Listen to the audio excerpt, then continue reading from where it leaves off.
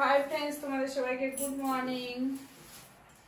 এখন বাজে 12:15 কি 12টা বাজতে 20-30 মিনিট বাকি। তো আমি না গেছিলাম একটু মাছ আনতে, কিন্তু কুমড়োটা ভালো পেলাম। আর কুমড়োটা পেলাম 20 টাকা কিলো, মানে অনেকটাই। যেখানে 30 টাকা 40 এই দাঁড়া ও একটা চালানো ছিল, তো জল এখন ভরেছে। তো 1 কিলো কুমড়ো নিয়ে এসেছি মাত্র 20 টাকায়। আর কুমড়োটা দেখতেও খুব সুন্দর, মানে ভাবিনি এত সুন্দর সস্তায় পেয়ে যাবো, তো ওই জন্য কুমড়োটা নিয়ে এলাম। আর একটা লাউও নিয়ে এলাম। দেখো লাউটাও অনেক সস্তা, জানো তো, 20 টাকা নিল লাউটা। 15 টাকা বললাম, দিল না, 20 টাকায় নিল। তো যাই হোক, লাউটাও অনেক ভালো আছে আর অনেক কচি। তো লাউটা দিয়ে লাউ ডাল করবো কালকে। আর এদিকে ছেলে তো মাছ খাবে না, মাছের ব্যাগটা ধুয়ে নেবো। তো ছেলে মাছ খাবে না, ওকে অনেকবার করেই বললাম, কিন্তু প্রতিজ্ঞাবদ্ধ মাছ খাবে না।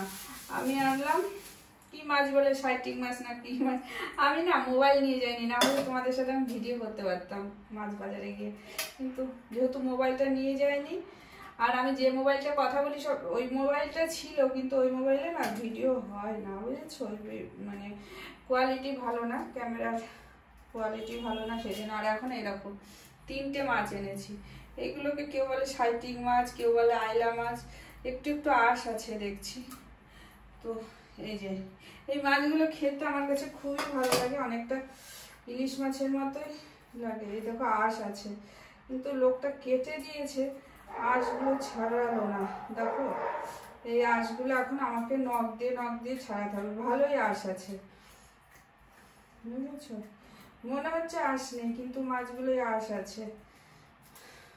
যাই হোক, কি করব, আমি নখ দিয়ে ছাড়িয়ে নিই। আর এখন আমি মাছগুলোকে ধুয়ে বেছে তারপরে আমি গরম জল বসিয়েছি। একদম আমাদের এখানে ওয়েদারটা, মানে এখন বৃষ্টি হয়েছে যেহেতু, আমাদের এখানে না, যেখানে যেখানে বৃষ্টি হয়েছে ওয়েদারটা পুরোটাই চেঞ্জ হয়ে গেছে।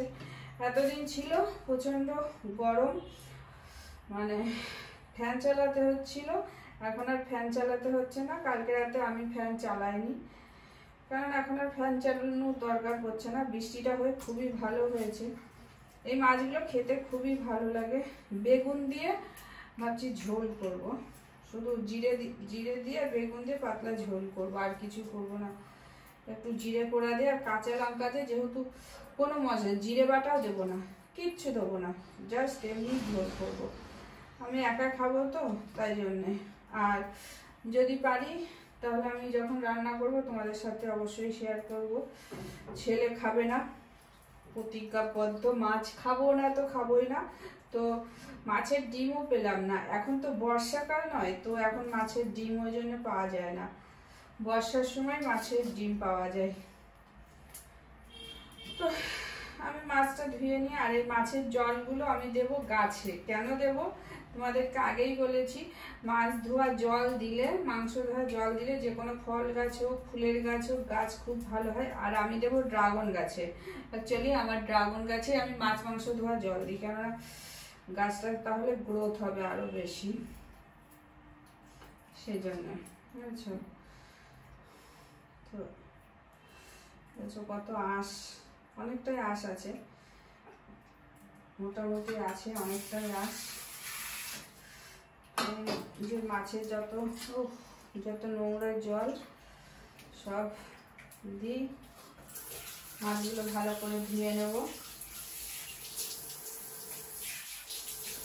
তো আমি চলো আসি, আগে মাছটা ভালো করে ধুয়ে নিই আর জলটাকে ফেলে দিই। তারপরে মাছ রান্না করার সময় যদি আমি টাইম পাই অবশ্যই